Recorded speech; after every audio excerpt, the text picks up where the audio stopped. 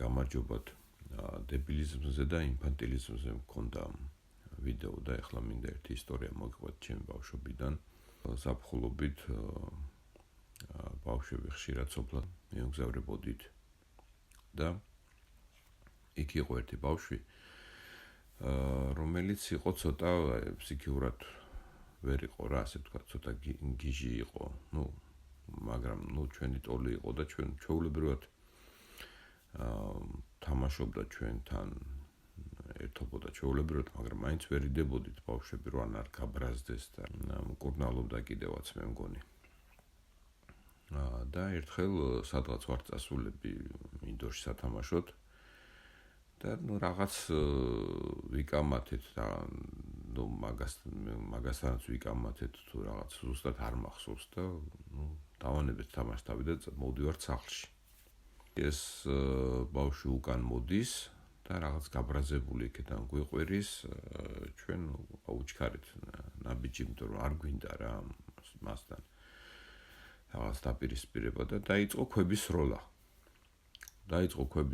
და ეს ახლა სხვები იცილებენ, მეუბნებიან გამოდი ქვებს ისვრის რაღაცა. მე ვითომ ახლა მაგარი ბიჭი ვარ და რაღაც ვაშკაცობ რა, ჩემი ჭკუით რომ აბა მოდი აბა ერთი მოუხდეს და ნახეთ მე მაგას რას უზავენ და ესეთი ისინი მაქვს რაღაც სისულელეები თავში.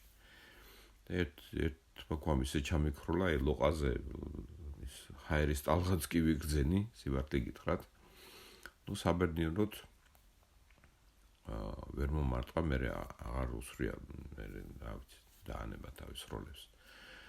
გონი დაველოდეთ და მოგვიახლოვდა და რაღაც დაველაპარაკეთ, მაგრამ და ეს ჩემი რაღაც ინფანტილური აზრები რომ აი ნახეთ მე მაგას რა მოუვა და რა მოუვა რა პირიქით მე მეტყვია რომ ის გიჟია და შენ რატო არ გამოიცალე რა ვერ გავიგე რა უნდა ეთქვათ მაგისტვის გიჟია ქვებს ისვრის გამოდი რა აქეთ რას ქვია რა ნახეთ რას უზამენ მაგათ და ეს მახსენდება ეს გამოთქმები რო იყო ხოლმე აი ნახეთ ხა სოფლიოს ვანახეთ რუსეთის სახე რა ხო არის ის ახლა სოფლიო მღორუსეთი რა არის რა და ეს ისტორია ეს ვიდეო ზოგადად რატო ჩავწერე და ეს ისტორია რატო გავიხსენე იმიტომ რომ აი ეს ხალხი რომლებიც აი ესე ცდილობენ რომ აი რუსეთის სახე დაანახონ და აი აბა ომი გინდა და ესეთი რაღაც ისინი რო აქვთ სლოგანები მაგათ და თვითონ სადღაც აი 2-3 დღის წინ ნახე თუ რაღაც კაცი იყო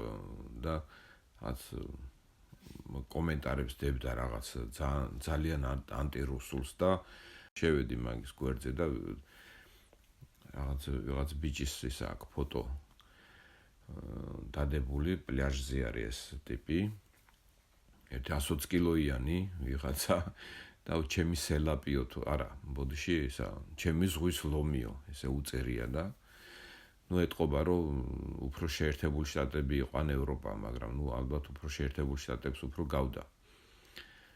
და აი ეს ხალხი, ვინც ესე იგი ზოგი წასულებია, ზოგი გაქცევაზეა, ოჯახი იქით აყავს და აი ყველაზე ვაშკაცები და ყველაზე ისინი რო არიან ამ რუსეთის მიმართ აგრესიულები და აბა ვანახოთ ახლა მსოფლიოს რუსეთის სახე და თქვენი შვილების და თქვენი ოჯახის უბედურობის ხარჯზე ანახეთ რაღაც სხვის ხარჯზე გინდათ ეგ ყველაფერი ეს პატრიოტობა რომ რაღაც იქ საქართველოში რომ მართლა რამე მოხდეს რაღაც 1-2 იმას გინებას დაწერენ Facebook-ზე და წავლენ და დაიძინებენ და ჩვენ აქ ვინც ვართ საჭმელზე უნდა ვიფიქროთ და ბავშვს რო არ შეცივდეს და რა ვაჭამოთ და რა ვიცი, ვინც გადავრჩებით, თუ გადავრჩებით და თუ არ გადაგვივლიან ზოგადად. თორემ ნახეთ აი 2008 წელს რა დახმარება მივიღეთ, ხო? წყალი რო შემოიტანეს იმით, რა ქვია, გემით. საქართველოში წყალი შემოიტანეს. აი და სალფეტკები. ხო და თქვენი შვილების სისხლის, თქვენი ოჯახების უბედურების ხარზე დაანახეთ მსოფლიოს ვინ არის ღორუსეთი და ჩვენ თავი დაგვანებით. კარგად რო ხართ მან მომჯდრები და კლავიატურას ადუღებთ თუ არა და მიმდინარეობს ისე ომი უკრაინაში და არავინ არ გეტყვით უარს, წაბრძანდით, წინა ხაზზე მიბრძანდით და ებრძოლეთ რუსეთს რა მნიშვნელობა აქვს. რუსეთი სადამარცხდება, ხო? თავარია რუსეთი უნდა დამარცხდეს. ჩვენ შეგხედოთ, რომ თქვენ არ ხართ კლავიატურის ლომები და გინდათ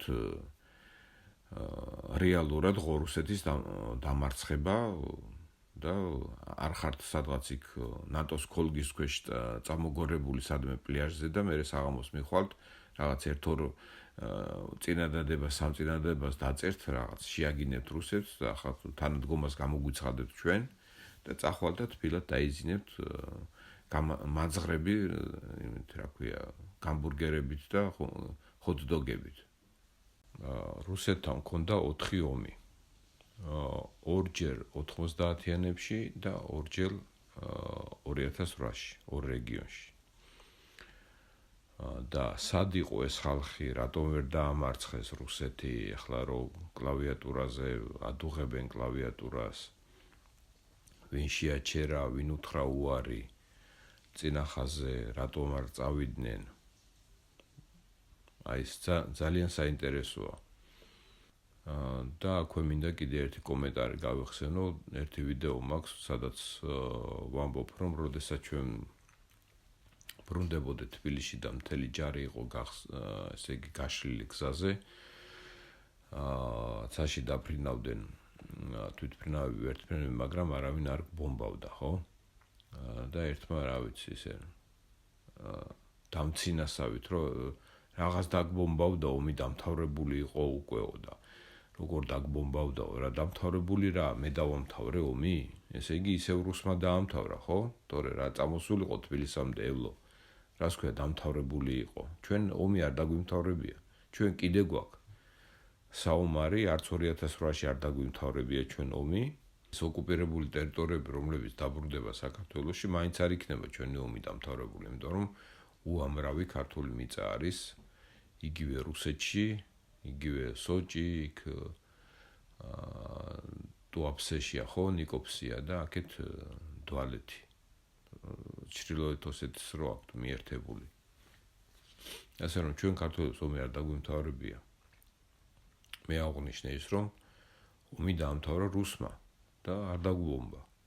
ეს ფაქტი აღვნიშნე და რაღაც სასაცილო და საშაყირო მანდ არაფერი არ არის აბსოლუტურად. გამოიწერეთ არხი, გააზიარეთ არხი, დააფინანსეთ, გააკეთეთ დონაცია და გვპირდებით, რომ თქვენი აზროვნება უფრო საინტერესო გახდება. დიდი მადლობა.